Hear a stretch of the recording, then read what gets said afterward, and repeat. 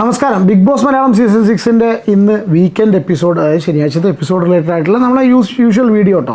പക്ഷേ സാധാരണ നമ്മൾ എപ്പിസോഡ് വീക്കെൻഡൊക്കെ പ്രത്യേകിച്ച് ലാലേട്ടൻ വരുന്ന എപ്പിസോഡുകൾ ഇതുവരെ നോക്കുന്ന സമയത്ത് നമ്മൾ ഭയങ്കര ഇൻട്രസ്റ്റിൽ വന്നിട്ടാണ് റിവ്യൂവും കാര്യങ്ങളൊക്കെ പറഞ്ഞിരുന്നത്.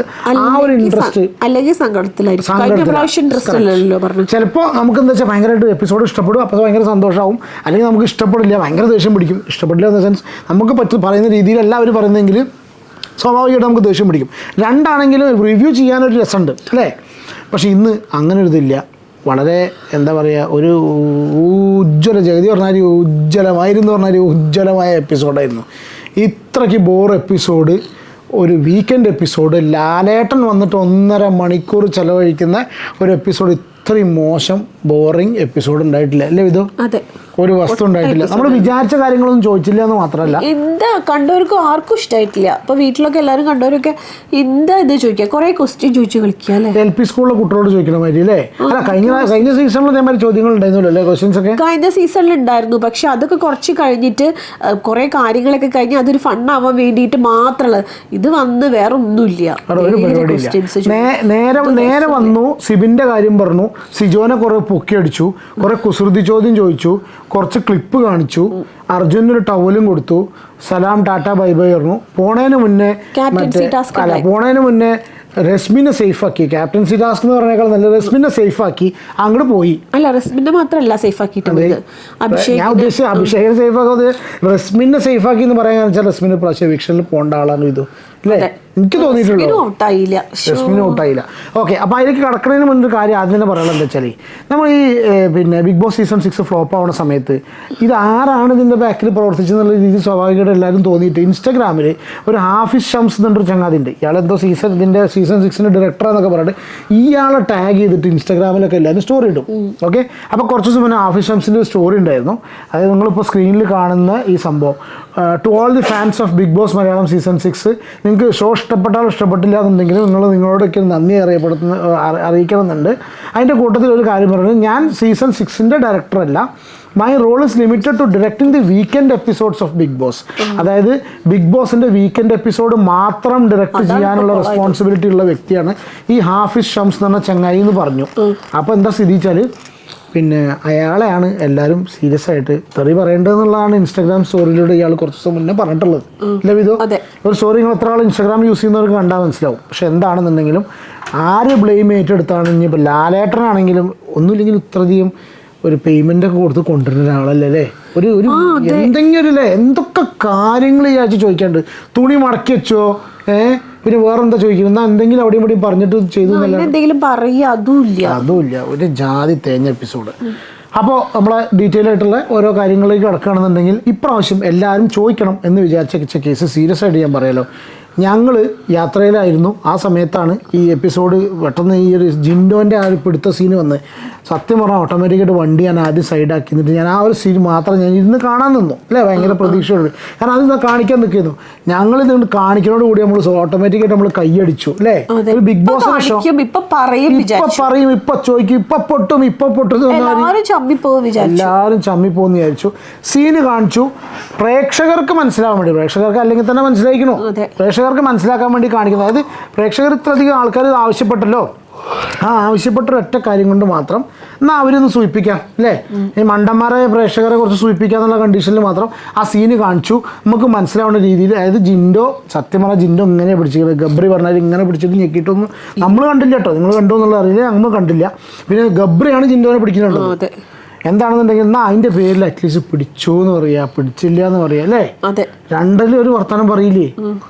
എന്താ വെച്ചാൽ നമ്മളെക്കാളും കൂടുതൽ ഹൗസിനുള്ളിലുള്ള ആൾക്കാർക്ക് ഈ ജിൻഡോനെ ഇത് മനസ്സിലാക്കി കൊടുക്കണം. പക്ഷെ ഇവർക്ക് വേണ്ടാതാവില്ല. ജിൻഡോനെ ഇതേപോലെ തന്നെ കൊണ്ടുപോകേണ്ടി വരും, ബുദ്ധിമുട്ടിച്ച്. ഇനിയിപ്പോൾ ഇതിങ്ങനെ ആയാൽ തന്നെ അല്ലേ. പക്ഷെ അയാൾ കുറച്ചൊരു ഒരു മെൻ്റൽ കൺട്രോളിലുള്ള ആളാ തോന്നുന്നുണ്ട് കേട്ടോ. കാരണം ഞാൻ പിടിക്കുന്ന സമയത്ത്, രണ്ടീനെ പിടിക്കുന്ന സമയത്തൊക്കെ ഇയാൾ ശരിക്കും പിടിക്കുന്നില്ല അല്ലേ. പിന്നെ അയാള് പാവായക്കൊന്നും ഓർമ്മയില്ല. അയാൾ ഇന്ന് ഇതിൽ പറഞ്ഞത് സത്യം കേട്ടോ. എനിക്ക് ഫുള്ള് ജിൻഡോ ചെയ്തോ ചോദിക്കുമ്പോൾ പറയും എനിക്ക് എനിക്കൊന്നും ഓർമ്മയില്ല, എൻ്റെ മൈൻഡിൽ അപ്പം അത് ഇവർ കളിയാക്കിയിട്ടാണ് പറയണം അവിടെ ഉള്ളവർ, ഇയാൾക്ക് ഓർമ്മയില്ല അത്രയും. പക്ഷെ ശരിക്കും അയാളുടെ മൈൻഡ് പോയിട്ട് അയാൾക്ക് ചെയ്തോ ചെയ്തില്ലേ എന്ന് പറയാൻ പറ്റില്ല. അതാണ് അയാൾ ചെയ്തിട്ടില്ല എന്ന് പറഞ്ഞ് വാദിക്കാത്തത്. ചിലപ്പോൾ ഞാൻ ചെയ്തിട്ടുണ്ടെങ്കിലോ ഒന്ന് ചിന്തിക്കുന്നവരുണ്ടാവുമല്ലോ. നമ്മൾ ചില കാര്യങ്ങൾ അങ്ങനെ ചെയ്യൂലോ. നീയാണോ ഇത് ഇവിടെ വെച്ച് ചോദിച്ചാൽ ഞാനാണോ എനിക്ക് ഉറപ്പില്ല എന്ന് പറയും. ആ ഒരു അവസ്ഥയാണ് അയാൾക്ക് എല്ലാ കാര്യത്തിനും. ക്യാമറ ഉള്ളത് കൊണ്ടേ ഞാൻ ചെയ്തിട്ടില്ല എന്ന് ഉറപ്പിച്ചിട്ട് പറയുമ്പോൾ ടെൻഷൻ ആയിരിക്കും. ചില ആൾക്കാരുണ്ട്, ചില ആൾക്കാർ ഇപ്രാവശ്യം എപ്പിസോഡിൽ ജാസ്മിനായിട്ട് അങ്ങനെ ഉണ്ടാകാറില്ല. ചില ആൾക്കാർ അങ്ങനെ ഉണ്ട്. ചില ആൾക്കാർക്ക് എന്ന് വെച്ചാൽ ചെയ്തിട്ടുണ്ടെങ്കിൽ കൂടി പറയും ഞാനല്ല അല്ലാന്നു വാദിച്ച് നിൽക്കും. അപ്പോൾ എന്താണെന്നുണ്ടെങ്കിലും ജിൻഡോൻ്റെ കേസ് അങ്ങനെ ചീറ്റിപ്പോയി, ഒന്നും ഉണ്ടായില്ല. സീരിയസ് ആയിട്ട് പറയാലോ, ഒരു വസ്തുവും ചോദിക്കലുണ്ടായില്ല. ഒന്നത്. രണ്ടാമത്തത് സിജോനെ കുറേ പൊക്കി. സംഭവം ശരിയാണോ, കുറേ ദിവസമൊക്കെ ഇരുന്നിട്ട് ഇയാൾ കുറച്ച് വിൽ പവറിൻ്റെ ഇതിലൊക്കെ തിരിച്ചു വന്നു. സംഭവം സത്യം തന്നെയാണ്. പക്ഷെ ഇതിനും മാത്രമൊക്കെ പൊക്കാൻ മാത്രം ഉണ്ടോ ഇത്? എനിക്കറിയില്ല എന്താ ഇത് കഥ. കുറേ നേരം എന്നിട്ട് അയാളുടെ പ്രസംഗം, അവൻ്റെ കുറേ പ്രസംഗം, ജിൻഡോനെ കുറിച്ചിട്ടൊക്കെ ഉള്ള കാര്യങ്ങളും അത് അയാളുടെ കുറേ പ്രസംഗം. ആകെ 16 ദിവസം നിന്നതിൽ ആൾക്കാർ തള്ളി കയറ്റി എന്നല്ലാണ്ട് ഒരു വസ്തു. സത്യം പറയാലോ, ഞങ്ങളെപ്പോലുള്ള ആൾക്കാർ തന്നെയാണ് ഈ സിജോനെ തള്ളി പൊന്തിച്ച് കയറ്റി. എന്തായിരുന്നു ഇപ്പൊ സിജോ പറഞ്ഞ സിജോ തീപ്പൊരി കാട്ടുതീ എന്നാ കാട്ടുതീനെ കുറിച്ച് അൻസിബ കറക്റ്റ് ആയിട്ട് പറഞ്ഞു. കാട്ടുതീ എന്നൊക്കെ പറഞ്ഞിട്ട് അൻസിബ കറക്റ്റ് ആയിട്ട് സംസാരിക്കുന്നുണ്ട്. അതാണ് ഭയങ്കര സംഭവം. പക്ഷെ അൻസിബയുടെ കിച്ചന്റെ കേസ് പറഞ്ഞില്ല. അത് ചിലപ്പോ നാളെ പറയണ്ടാവും. പ്രതീക്ഷ ഉണ്ട് കേട്ടോ. നാളെ ചിലപ്പോ കിച്ചണിലെ കാര്യമൊക്കെ സംസാരിക്കും, ജയിലിലെ കാര്യം സംസാരിക്കുന്ന ഒരു തോന്നലുണ്ട്. ജയിലിലെ അടിച്ചില്ലേ, ജാസ്മിൻ അടിച്ചില്ലേ പാവം. അത് ശരിക്കും നന്ദന മാത്രം എല്ലാരോടും പറയണ ശരിക്കും അടിച്ചു. വേറെ ആർക്കും അത് പറയാനുള്ള ധൈര്യം ഒന്നുമില്ല. ആരും പറയില്ലാന്ന്. ജാസ്മിന്റെ കേസിൽ ഒരാളും ഇടപെടില്ല. ജാസ്മിന്റെ കേസിൽ ഗബ്രീന്റെ കേസ് എനിക്കൊന്നും ചാരിയോടെന്ന് പറഞ്ഞാൽ ഗബ്രീന്റെ കേസിൽ ഇടപെടില്ല ഒന്നുമില്ലേ. ജാസ്മിന്റെ കേസാണെങ്കിലും ഗബ്രിയുടെ കേസാണെങ്കിലും ഒരാളും ഇടപെടില്ല. എല്ലാവർക്കും ഇതെന്താ സംഭവിച്ചാൽ ഇപ്പൊ അവരെ കൂടിയിരിക്കുന്നു അല്ലേ. ഇപ്പൊ എല്ലാരും അവരെ കൂടെ, ഋഷിയൊക്കെ പ്രത്യേകിച്ച് അവരെ കൂടെ, ശ്രീരേഖ വല്ലാത്തൊരു കഥ. അപ്പൊ ഒന്നത് സിജോ വന്നപ്പോ കൂടിയതാണ് എല്ലാവരും. സിജോ അവരെ കൂടെ നിൽക്കണ പോലെ തോന്നിയവർക്ക്. അതെ, കറക്റ്റ്. സിജോക്ക് ഭയങ്കര ഡയലോഗാണ് ഇന്നലെ അടിച്ചിട്ടുള്ളത്. അതിനെക്കുറിച്ച് ഞാൻ വീഡിയോ ചെയ്തിരുന്നു കേട്ടോ, ഗബ്രിയുടെ കേസൊക്കെ പാടിയിട്ട്. പിന്നെ അടുത്ത എന്താ പറയുക, പിന്നെ ഉള്ളത് അർജുന് ടവല് അല്ലേ. അർജുൻ എന്ത് സത്യം പറഞ്ഞാൽ ഇപ്രാവശ്യം ഒന്നും ചെയ്യാതെ സുഖിച്ചാതെ സുഖിയന്മാർക്ക് ഇപ്രാവശ്യം നല്ല ഇവരെന്താ ഉദ്ദേശിക്കുന്നത് മനസ്സിലാവില്ലേ. സീസൺ 4 3 ആൾക്കാർ കഷ്ടപ്പാട് അവിടെ ഗെയിം കളിച്ചിട്ടും, അതുപോലെ അന്ന് ഈ പവർ ടീമൊന്നും ഇല്ലല്ലോ. അപ്പം എല്ലാവരും ഗെയിം കളിച്ചിട്ടും, അതുപോലെ അവിടെ മാനസികമായിട്ട് ബുദ്ധിമുട്ടുന്ന എല്ലാവരും ഒരുപോലെ മൈൻഡ് ഗെയിം കളിക്കണ്ടായിരുന്നു അവിടെ. അങ്ങനെ എല്ലാവരും ബുദ്ധിമുട്ടിയിട്ടൊക്കെ ആയിരുന്നു. ഇത് ഒന്നും ചെയ്യാത്ത അർജുനൊക്കെ എന്ത് സുഖമായിട്ട് അർജുൻ അവിടെ മുന്നോട്ട് പോണത്. അർജുന് ആകെ എനിക്ക് തോന്നുന്ന കുറവ് ഭക്ഷണ കുറവുണ്ട് അവിടെ.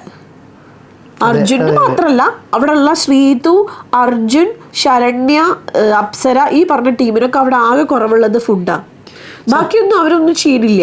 സത്യം പറഞ്ഞാൽ ഇപ്രാവശ്യം എനിക്ക് തോന്നുന്നു ഏറ്റവും വലിയ അവിടെ കഷ്ടപ്പെടുന്ന ശരിക്കും മറ്റേ കൊച്ചി വിളിയിട്ട് നെഗറ്റീവ് ഉണ്ടാക്കി തീർക്കണത് ജിൻഡോയും ഗബ്രി ജാസ്മിനും. അത് പക്ഷെ ജാസ്മിനൊന്നും ഇഷ്ടമല്ല നമുക്ക്, നല്ല രീതിയിലല്ല കളിക്കുന്നത്. അപ്പൊ മറ്റൊരൊന്ന് മര്യാദക്ക് കളിച്ചാൽ അവർക്ക് എത്ര ഫാൻസ് ഉണ്ടാവും അറിയോ. ഇതൊന്നുമില്ല, സേഫ് സോൺ ആയിട്ട് ഇങ്ങനെ സേഫിൽ ഇങ്ങനെ പോവാ എല്ലാവരും. പിന്നെ ഇപ്പം എന്താ വെച്ചാൽ ഇപ്രാവശ്യം വേറെ സംഗതി എനിക്ക് തോന്നിയത് എന്താ വെച്ചാൽ ഒന്ന് പവർ ടീം കോൺസെപ്റ്റ് ഫ്ലോപ്പാ തോന്നുന്നു കേട്ടോ. ഒന്ന് മാറ്റിയാ മതി. സുഖിച്ചു കഴിയുക സേഫിന് മാത്രമല്ല, ഋഷിയൊക്കെ എന്ന് തുടങ്ങിയ സുഖിക്കല. പവർ ടീം കോൺസെപ്റ്റ് തന്നെ ആകെ ചീഞ്ഞ പരിപാടിയായിട്ടുണ്ട്. ഒന്ന്. രണ്ടാമത് തോന്നുന്നത് വെച്ചാൽ ഇപ്രാവശ്യം ബിഗ് ബോസിന്റെ പുറകെ ആര് പ്രവർത്തിച്ചോ ഇവർക്ക് ഈ സംഗതി കൊണ്ട് സത്യം പറഞ്ഞാൽ കുടുങ്ങിയിട്ടുണ്ട്. ആർക്കാ കൊടുക്കേണ്ടത്, ഇതെന്താ ചെയ്യേണ്ട ഈ ഒരു ഷോ കൊണ്ടെന്ന് പോലും മനസ്സിലാവും തോന്നുന്നില്ല. ഇതൊക്കെ നമ്മൾക്കൊന്നും ഇത്ര കഴിവുണ്ടായിട്ട് പറയല്ല കേട്ടോ. പക്ഷെ നമുക്ക് കാണുന്നൊരു പ്രേക്ഷകർ എന്നുള്ള കണ്ടീഷനുള്ള പ്രേക്ഷകർ എല്ലാവരും പറയാൻ തുടങ്ങിയിട്ടുണ്ട് ഈ ഷോ എവിടേക്കാണ് കൊണ്ടുപോകേണ്ടത്, എന്താ അതിന് സിറ്റുവേഷൻ എന്നുള്ള അറിയാതെ നിൽക്കുന്ന ഒരു കണ്ടീഷനിലാണ്. അതിനൊരു ഉത്തമ ഉദാഹരണമാണ് ഇന്ന് മറ്റേ ചങ്ങായിനെ കൊണ്ടുവന്നത് ഉണ്ട. നമ്മളിന്നൊരു വീഡിയോ ചെയ്തിരുന്നു, അതായത് മല്ലയ്ക്ക് ഒരു സപ്പോർട്ടാവുന്നുള്ള തോളെന്ന് പറഞ്ഞെ കൊണ്ടുവന്നിരിക്കുന്നത്. പക്ഷെ അറ്റ്ലീസ്റ്റ് ഇവർക്ക് മനസ്സിലായി ഈ ചങ്ങായി എന്തിനാ വന്നെന്നുള്ള പ്രേക്ഷകർക്കെങ്കിലും മനസ്സിലാക്കി കൊടുക്കട്ടെ. അയാൾ പറഞ്ഞു ആവും. പക്ഷെ ഇത് എന്തിനാ കൊണ്ടുവന്നുള്ള ഇവർ പറയണില്ലല്ലോ. പക്ഷെ ഇനി അയാളായിട്ട് അഥവാ കുറച്ച് ഓവറായിട്ട് എന്തെങ്കിലും റിയാക്ട് ചെയ്താൽ അയാളെ പിടിച്ച് പുറത്താക്കും. അതായത് ജാസ്മിനോടും അവരോടൊക്കെ എന്തെങ്കിലുമൊക്കെ പറഞ്ഞ് പ്രശ്നം ഉണ്ടാക്കി അപ്പൊ അവരെ പിടിച്ച് പുറത്താക്കും. വന്ന ഉടനെ ജാസ്മിൻ ചാടികര അത് അവര് ടീമായിരുന്നു, ഫസ്റ്റ് ഗ്രൂപ്പായിരുന്നു. പിന്നെ എന്താ പറയാ, അയാളെ കൺഫെഷൻ റൂമിൽ പോയിട്ട് ജിൻഡോ വിളിച്ചതൊക്കെ രസമുണ്ടായിരുന്നു കേട്ടോ. അപ്പൊ ജിൻഡോ കരഞ്ഞു. അപ്പൊ പാവം തോന്നി. അതൊക്കെ ജിൻഡോനെ ഇഷ്ടപ്പെടുന്ന ആൾക്കാർക്ക്, ജിൻഡോ അപ്പൊ കരഞ്ഞു. അല്ലാത്തവർക്കൊക്കെ ഭയങ്കര ദേഷ്യവും. അതെന്ന് വെച്ചാൽ ജിൻഡോനെ ഇഷ്ടപ്പെടുന്ന ആൾക്കാർക്ക് നമ്മൾ കമന്റ് ബോക്സ് ഒക്കെ നോക്കുന്ന സമയത്ത് ജിൻഡോനെ ഇഷ്ടപ്പെടുന്ന ആൾക്കാർ, ജിൻഡോ ബേസിക്കലി ഒരു പാവം ക്യാരക്ടർ തോന്നിയിട്ടുണ്ട്. നമുക്ക് ഇതിൽ കാണുമ്പോൾ തോന്നുന്നു അത്ര തന്നെ ഉള്ളൂ കേട്ടോ. അപ്പൊ ഇതൊക്കെയാണ്. പിന്നെ വേറെ എന്താ ഇതൊന്നും ഉണ്ടായത്, റസ്മിൻ ക്യാപ്റ്റനായി, സേവായി, പിന്നെയും രക്ഷപ്പെട്ടു. ഇപ്രാവശ്യവും പോണില്ല. അഭിഷേക് ശ്രീകുമാർ സേവായി, നോറ സേവായി, പിന്നെ അൻസിബ. സായി ഉണ്ട് അവിടെ, സായി അവിടെ ഉണ്ട്, കാണിച്ചിട്ടുണ്ടെന്ന് കാണിക്കാണ്ട് ഇടയ്ക്ക് തലേന്ന് കാണിക്കുന്നുണ്ട്. എന്തിനാണ് ഇവരൊക്കെ അതിനുള്ളിൽ പോയിട്ട് ഈ നോക്കുകൂലി വാങ്ങാൻ നിൽക്കണം എന്നുള്ളത് മനസ്സിലാവണില്ല. കുറേ എണ്ണങ്ങൾ, ഏകദേശം ഭൂരിഭാഗം അത് തന്നെയാണ് അവസ്ഥ. അതുപോലെ ഇന്ന് ജാസ്മിൻ്റെ ഒക്കെ റൂം വൃത്തിയില്ല എന്നുള്ളത് ലാലേട്ടൻ പറഞ്ഞപ്പോ ജാസ്മിന്റെ ഫേസ് മാറിയതേ. എന്റെ പൊന്നു ലാലേട്ടാ, എന്റെ പൊന്നു ലാലേട്ടാ, എങ്ങനെ അങ്ങനെയൊക്കെ വിളിക്കാൻ തോന്നുന്നത്? ഒരു നമ്മൾ നമ്മുടെ അത്രയും ഫ്രീ ആയിട്ടുള്ള അങ്ങനത്തെ ആൾക്കാരല്ലേ എന്റെ പൊന്നു ലാലേട്ടാ അതൊക്കെ വിളിക്കലു. നമ്മൾ കുറച്ച് വലിയൊരു ഇതിൽ നിൽക്കുന്ന ഒരാളെ പൊന്നു ലാലേട്ടാ എന്നൊക്കെ വിളിക്കൂ. അതൊക്കെ ഇവളുടെ ക്യൂട്ട്നെസ് വാരി വിതർന്നതായിട്ട്. അതാണ് ഫാൻസ്. തന്നെ ഞാൻ ഇത് കണ്ടു, കുറച്ച് മെസ്സേജ് ഇന്ന് ഗ്രൂപ്പുകളിലൊക്കെ മെസ്സേജുകൾ ഫോർവേഡ് ചെയ്ത് തന്നു. എന്തൊരു ക്യൂട്ടാണ് ജാസ്മിൻ ലാലേട്ടനെ പൊന്നു ലാലേട്ടാന്ന് വിളിക്കുമ്പോൾ. എൻ്റെ ചങ്ങായി, ഞാൻ സത്യം പറഞ്ഞ അത് ആര് പറഞ്ഞ ഡയലോഗ്. എനിക്കൊന്ന് അവരുടെ ജാസ്മിൻ ജബ്രി ഗിബ്രി ഫാൻസ് ഗ്രൂപ്പിൽ നിന്ന് അയച്ചതാണ്. ആ മെസ്സേജ് അയച്ചവൻ ആരാന്നെ അവനെ അങ്ങോട്ട് വിളിച്ചോണ്ട് പറഞ്ഞ മോലാൽ പറഞ്ഞത് തോന്നുന്നു. അണ്ടണം പൊട്ടിക്കാൻ ക്യൂട്ട്നെസ് വാരി വെതറ് ചെയ്തു.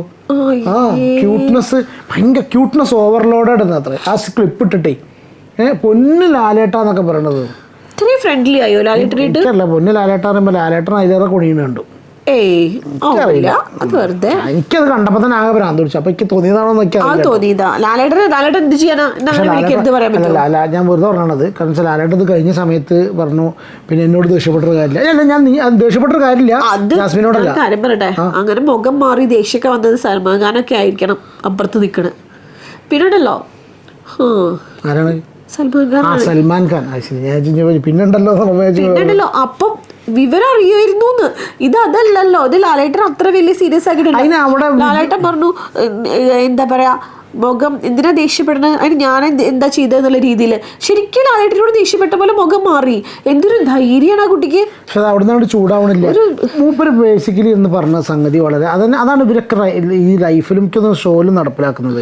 എല്ലാവർക്കും ലോകാ സമസ്ത സുഖിനോ ഭവന്തു, എല്ലാവരും ശാന്തിയും സമാധാനമായിട്ട് മെഡിറ്റേറ്റ് ചെയ്തിട്ട് ബിഗ് ബോസ് ഹൗസിനുള്ളിൽ ഇരിക്കുക, പ്രത്യേകം പ്രശ്നങ്ങളിലേക്കൊന്നും പോവാതിരിക്കുക, മനസ്സിനെയൊക്കെ കൺട്രോൾ ചെയ്യുക. അതായത് എന്താ വെച്ചാൽ എല്ലാവരും ഒരു യൂട്ടോപ്യൻ സംസ്കാരം, എന്താ പറയുക, യൂട്ടോപ്യൻ അല്ല, എന്താ യൂട്ടോപ്യൻ എന്നല്ലേ പറയുക, എല്ലാം ഇക്വിലിബ്രിയത്തിൽ ഇങ്ങനെ പോയിക്കൊണ്ടിരിക്കുക, മനസ്സിന് ശാന്തത, ആരും ആരോടും അടിപിടി കൂടാതിരിക്കുക. ഇതാണ് പറഞ്ഞത് ബേസിക്കായിട്ട് ബിഗ് ബോസിൽ നിന്ന് പറഞ്ഞ യോഗ ക്ലാസ്. മനസ്സിൻ്റെ പരിപാടി പറഞ്ഞിട്ട് മറ്റേ ചങ്ങായിനൊരു തോണ്ടല്ലോ വേണ്ടി ആരെ സിബിൻ്റെ വീഡിയോ അവിടെ പോയത് നന്നായി. ഇപ്പൊ എനിക്ക് തോന്നാം, കാരണം ഇത്രയും മാനം കേട്ടിട്ട് അത്രയും ഇൻസൾട്ടഡ് ആയിട്ട് എന്തിനാണ് ഇന്നിപ്പോൾ അവരോടൊന്നും ചോദിക്കാത്ത കുറേ കാര്യങ്ങൾ നല്ല കാര്യം ചെയ്ത് ഒരാഴ്ച ശരിക്കും കറക്റ്റായിട്ട് ജനങ്ങളെ എൻ്റർടൈൻ ചെയ്തു. സിബിൻ ഒറ്റ ഒരാൾ കാരണം, സിബിന് പൂജയൊക്കെ അതിൽ ആ സിബിനെ അവിടെ ഒന്നുമില്ലാണ്ടാക്കി തീർത്തു. ഒന്നുമില്ല. അത് ആര് ഷോട്ട് ഡയറക്ടർ ആയാലും ലാലേട്ടൻ മനഃപൂർവ്വം ചെയ്യണതാവില്ലല്ലോ. അപ്പോൾ ആരായാലും സിബിൻ എന്ന് പറഞ്ഞൊരു വ്യക്തിനെ ഒട്ടുമില്ല ഉണ്ടാക്കി. പിന്നെ എന്തിനാ ഒരു അഭിമാനമുള്ള ഒരാൾ അവിടെ നിൽക്കുമോ? പക്ഷെ എന്നിട്ടും അയാൾ പറഞ്ഞിട്ടല്ല അത്രേ പോകുന്നു. വീഡിയോ സെപ്പറേറ്റ് റിയാക്ട് ചെയ്യാൻ കുറച്ച് കാര്യങ്ങൾ അത് ഞാൻ സെപ്പറേറ്റ് ഒരു വീഡിയോ ആയിട്ട് കംപ്ലീറ്റ് എടുത്ത് കഴിഞ്ഞിട്ട് റിയാക്ട് ചെയ്യും. എന്താണെന്നുണ്ടെങ്കിൽ ഒന്നും ചെയ്യാത്ത ഇത്രയും ബോറ് പിടിച്ച ഒരു ഷോ ഇനിയിപ്പോൾ നാളത്തെ സ്ഥിതി എന്താണെന്നുള്ളത് അറിയില്ല. ഇനി നാളെ എന്തെങ്കിലും ഉണ്ടാവുമോ? എന്നിട്ടിപ്പോൾ ജിൻഡോനെയും ജാസ്മിനെയും സേവ് അല്ലാതെ അവിടെ ഇരുത്തിയ അതാണ് ഇപ്പം ഇത്ര വലിയ. അത് പ്രൊമോയിലും അതല്ലേ ഉണ്ടായിരുന്നുള്ളൂ. ഇനി ജയിലിലെ കാര്യമെങ്കിലും ദൈവത്തെ ഓർത്ത് ചോദിച്ചാൽ മതിയായിരുന്നു. ചോദിക്കും ആ ജയിലിൽ അടിച്ചതൊക്കെ ഒരു തേങ്ങയും ചോദിച്ചില്ല. എന്താ ജിൻഡോ പിന്നെ ജാസ്മിൻ തട്ടി എന്ന് വിചാരിച്ച് ജിൻഡോക്ക് പ്രശ്നം ഉണ്ടാവില്ല. എല്ലാം മനേന്ന് ചോദിക്കാനാണ് അത് പറഞ്ഞിട്ടാണ്. ജിൻഡോ വേദനിച്ചോ എന്ന് ചോദിക്കണ്ടാവും. ജിൻഡോ ഇത്രയൊക്കെ വേദനിക്കാൻ മാത്രം അടിച്ചോ എന്നുള്ള രീതിയിലാവും ചോദിക്കുന്നത്. വാട്ട് എവർ, വേറെന്താ പ്രത്യേകിച്ചൊന്നുമില്ലല്ലോ ഇതും. വേറെ ഒന്നുമില്ല. അപ്പോൾ ഇത്ര തന്നെയുള്ള ഇന്നത്തെ വീഡിയോ. പൊതുവേ കുറച്ച് ഉഷാറ് കമ്മിൻ്റെ. ഒന്ന് സമയം ഒരുപാട് ലേറ്റായി, അന്ന് ഒരുപാട് ഡ്രൈവ് ചെയ്തു, 250 കിലോമീറ്റേഴ്സ് ഒന്ന് ഒറ്റയടിക്ക് ഡ്രൈവ് ചെയ്ത് വന്ന് എന്നിട്ടാണ് വീഡിയോ ചെയ്യുന്നത്. അപ്പോൾ അതാണ് സ്ഥിതി അല്ലേ. ഇന്നിപ്പോൾ സിബിൻ്റെ നാട്ടിൽ കൂടെയല്ലേ നമ്മൾ പോയത്? ആണോ? അല്ലേ, അതുകൂടെ നമ്മൾ പോയത്. ഞങ്ങളൊന്ന് പുറത്താണല്ലോ കേട്ടോ. ഞങ്ങളൊന്ന് പിന്നെ ചെറിയൊരു യാത്രയില്ല, അതുകൊണ്ടാണ് കമൻസിന് നിന്നും മറുപടി തരാതിരിക്കുന്നത്. നാളെ ഹോളിഡേ, സൺഡേ, അവിടെ എപ്പിസോഡിൽ നമ്മളും ഫ്രീ ആണ്. നാളെ കംപ്ലീറ്റ് എല്ലാത്തിനും. നാളെ നമുക്കൊരു ലൈവ് പോയാലോ ഇതോ, അത് ചിന്തിക്കുന്നു കേട്ടോ. അങ്ങനെ ഉണ്ടെങ്കിൽ ഞാൻ നോട്ടിഫൈ ചെയ്യാം. ഞാൻ ഓൾറെഡി ഞാനൊരു കമ്മ്യൂണിറ്റി പോസ്റ്റഡ് ലൈവ് വരുന്നുണ്ടെങ്കിൽ കേട്ടോ. ഓക്കെ, അപ്പോൾ പ്രത്യേകിച്ചൊന്നുമില്ല, വേറൊന്നുമില്ലല്ലോ ഇതോ. Take care and God bless. ഇന്ന് ക്ഷമിക്കണം, ഇന്ന് ഉഷാറിൻ്റെ കുറവെന്ന് പറഞ്ഞാൽ നമുക്ക് യാത്ര എപ്പിസോഡ് കൊണ്ടാണ് കേട്ടോ ഉഷാറില്ലാത്തത്. എപ്പിസോഡ് ഒരു ഇൻട്രസ്റ്റും ഇല്ല പറയാൻ. കാണുമ്പോൾ തോന്നിയത് അയ്യോ ഇത് എന്തിനാ കാണുക. അപ്പോൾ എൻ്റെ അമ്മയും അച്ഛനൊക്കെ കാണുമല്ലോ, എല്ലാ എപ്പിസോഡ് കാണും. അവർ ലൈവ് കാണില്ല, എപ്പിസോഡ് കാണും. അപ്പോൾ അമ്മയ്ക്കത് വിളിക്കുമ്പോഴൊക്കെ പറയണത് ഈ കാണാൻ തോന്നണില്ല എന്ന്. എന്താണത് അങ്ങനെ ആ ഒരു അവസ്ഥ എല്ലാവർക്കും, വീട്ടിലുള്ളവരൊക്കെ കാണുന്നവർക്കൊക്കെ അത് അവസ്ഥ. ഫ്രണ്ട്സിനാണെങ്കിലും അതായത് എന്താ ഇത് എന്നൊക്കെ. ഇതിപ്പോ ഒരുവിധം ഒന്നും റിവ്യൂ ചെയ്യണ എല്ലാവരും ആരുടെയും റിവ്യൂ കണ്ടിട്ടില്ല, പക്ഷെ ഒരുവിധം റിവ്യൂ ചെയ്യുന്ന ആൾക്കാരൊക്കെ തന്നെ പറയാനുണ്ടാവും. ഇത്രയും വേസ്റ്റ് എപ്പിസോഡ് ഉണ്ടായിണ്ടാവില്ല, വേസ്റ്റ് സീരിയസ് ആയിട്ട്. അതുകൊണ്ടാണ് ഞാൻ പറയണത് ഇതിൻ്റെ കംപ്ലീറ്റ് ഉത്തരവാദിത്തം ആ ഏറ്റെടുത്ത ആഫിഷംസ് എന്ന ചങ്ങായി നാളെയാണ് ഈ പോസ്റ്റ് ഇടേണ്ടത്. ഇന്നലത്തെ എപ്പിസോഡ് കൊളാക്കിയതിന് അതിൻ്റെ ഉത്തരവാദിത്തം കംപ്ലീറ്റ് ഞാൻ ഏറ്റെടുക്കുന്നു പറഞ്ഞിട്ട് പറഞ്ഞില്ലല്ലോ ഇത്. അപ്പോൾ take care and God bless. അടുത്തൊരു വീഡിയോ ആയിട്ട് കാണാം. അടുത്തൊന്നും കൂടി ആ സിബിൻ്റെതൊക്കെ ഞാൻ റിയാക്ട് ചെയ്യുന്നുണ്ട് കേട്ടോ. അടുത്ത വീഡിയോ കാണാം. Take care.